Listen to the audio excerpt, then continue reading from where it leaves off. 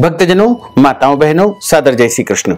हमारे YouTube channel में आप सभी का बहुत बहुत स्वागत है। मैं हूं आपके साथ आचार्य धर्मेंद्र शास्त्री। आज हम आपको नवरात्रि के 7वें दिन की अधिष्ठात्री देवी माता कालरात्रि की दिव्य और प्राचीन कथा सुनाने जा रहे हैं। इस कथा को अंत तक जरूर सुनिएगा और अधिक से अधिक लोगों को शेयर भी करिएगा।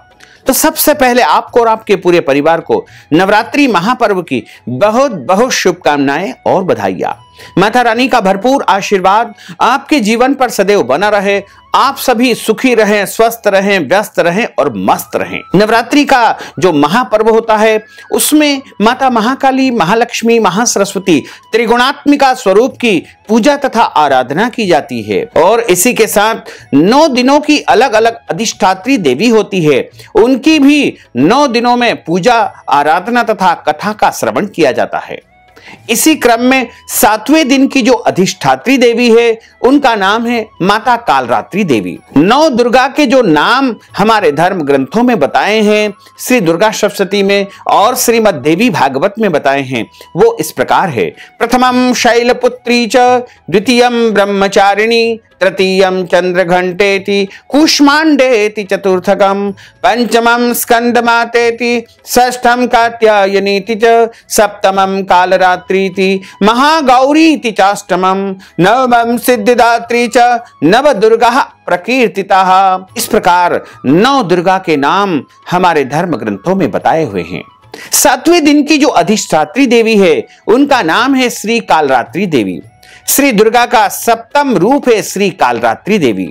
ये काल का नाश करने वाली है, शत्रुओं को शमन करने वाली है, शत्रुओं का दमन करने वाली है, रोगों का विनाश करने वाली है, महामारी का नाश करने वाली है। इसीलिए इन्हें कालरात्रि कहा जाता है। नवरात्रि के 7वें दिन इनकी पूजा तथा अर्चना की जाती है। इस दिन साधक को अपना चित्त भानु चक्र मध्य ललाट में स्थिर करके इनकी साधना करनी चाहिए। नाम से अभिव्यक्त होता है कि मां दुर्गा की यह 7वीं शक्ति कालरात्रि के नाम से जानी जाती है, अर्थात जिनके शरीर का रंग घने अंधकार की तरह एकदम काला है। नाम से ही जाहिर होता है कि इनका रूप भयानक है।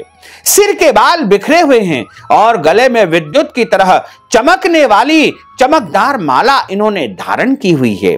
अंधकारमय स्थितियों का विनाश करने वाली महाशक्ति है। इनका नाम है माता कालरात्रि देवी। काल से इस ब्रह्मांड की, इस संसार की, इस पृथ्वी की, इस देश की, इस राष्ट्र की, इस मनुष्य की रक्षा करने वाली शक्ति है माता कालरात्रि देवी। माता कालरात्रि देवी के 3 नेत्र हैं। ये तीनों ही नेत्र ब्रह्मांड के समान बड़े बड़े गोल हैं। इनकी सांसों से अग्नि निरंतर प्रवाहित होती रहती है, यानी इनकी सांसों से, इनके मुख से अग्नि हमेशा निकलती रहती है। ये गर्दभ यानी गधे की सवारी करती है। ऊपर उठे हुए दाहिने हाथ की वर मुद्रा भक्तों को वरदान देती है। दाहिने ही तरफ का नीचे वाला हाथ अभय मुद्रा में है, यानी भक्तों हमेशा निडर निर्भय रहो, यही माता आशीर्वाद देती है। बाईं तरफ के ऊपर वाले हाथ में लोहे का कांटा तथा नीचे वाले हाथ में खड्ग है। इनका रूप भले ही भयंकर हो, लेकिन यह सदैव शुभ फल को देने वाली माता है, इसलिए इनका नाम शुभंकरी है। अर्थात इनसे भक्तों को किसी प्रकार से भयभीत या आतंकित होने की कतई आवश्यकता बिल्कुल नहीं है। इनका नाम शुभंकरी है, इसलिए भक्तों के लिए हमेशा शुभ फल ही प्रदान करती है। उनके साक्षात्कार से भक्त पुण्य का भागी बन जाता है और निर्भय होकर के इस संसार में निरंतर उन्नति करता है, प्रगति करता है, आगे बढ़ता है। भगवती जगदम्बा कालरात्रि की उपासना करने से ब्रह्मांड की सारी सिद्धियों के दरवाजे खुलने लगते हैं और तमाम आसुरी शक्तियां उनके नाम के उच्चारण से ही भयभीत होकर के दूर भागने लगती है। इसलिए दानव, दैत्य, राक्षस और भूत प्रेत उनके स्मरण से ही तत्काल भाग जाते हैं। यह ग्रह बाधाओं को भी दूर करती है और यदि आपके ऊपर किसी ने भी तंत्र मंत्र की कोई क्रियाएं की है तो कालरात्रि देवी उसको नष्ट कर देती है और सभी प्रकार की अला बला आदि व्याधि से मनुष्य की रक्षा करती है। माता कालरात्रि देवी की कृपा से भक्त प्रत्येक प्रकार के भय से मुक्त हो जाता है और निर्भय होकर के इस संसार में उन्नति तथा प्रगति करता है। माता कालरात्रि को गुड़ का भोग लगाया जाता है। गुड़ इनको सबसे अधिक प्रिय होता है और माता कालरात्रि का जो महामंत्र है वो है ओम क्लीम ऐं श्रीं कालिकायै नमः। ओम क्लीम ऐं श्रीं कालिकायै नमः। इस महामंत्र का जाप करने से माता कालरात्रि देवी अत्यधिक प्रसन्न होती है और भक्तों को मनचाहा फल प्रदान करती है। यदि आप भगवती कालरात्रि का पूजन करना चाहते हैं तो सबसे पहले उनका आवाहन करें। माता कालरात्रि का आवाहन काले तिल से करना चाहिए।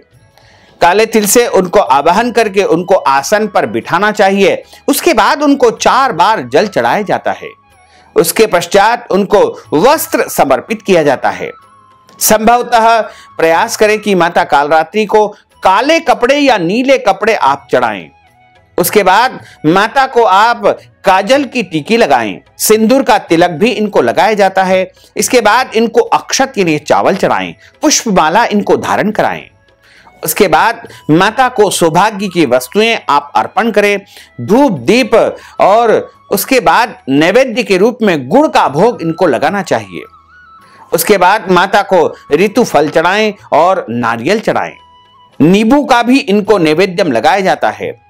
इसके अलावा भगवती कात्यायनी कालरात्रि देवी की जो है आप आरती करें और उसके बाद माता कालरात्रि से प्रार्थना करें कि हे भगवती, हे जगदम्बा, हे माता कालरात्रि देवी, हमने आपका आवाहन किया, आपकी पूजा की, आपकी सेवा की। इस पूजा में, इस सेवा में हमारे द्वारा जाने में अनजाने में कोई भी त्रुटि हो गई हो तो हमें अबोध बालक जान करके क्षमा कर देना तथा हमारे पूरे परिवार को सुखी रखना, समृद्ध रखना और आपकी कृपा तथा आपका आशीर्वाद हमारे ऊपर सदैव बना रहे और सदैव हम आपके मार्गदर्शन में, आपकी छत्र छाया में निरंतर उन्नति तथा प्रगति करते रहें।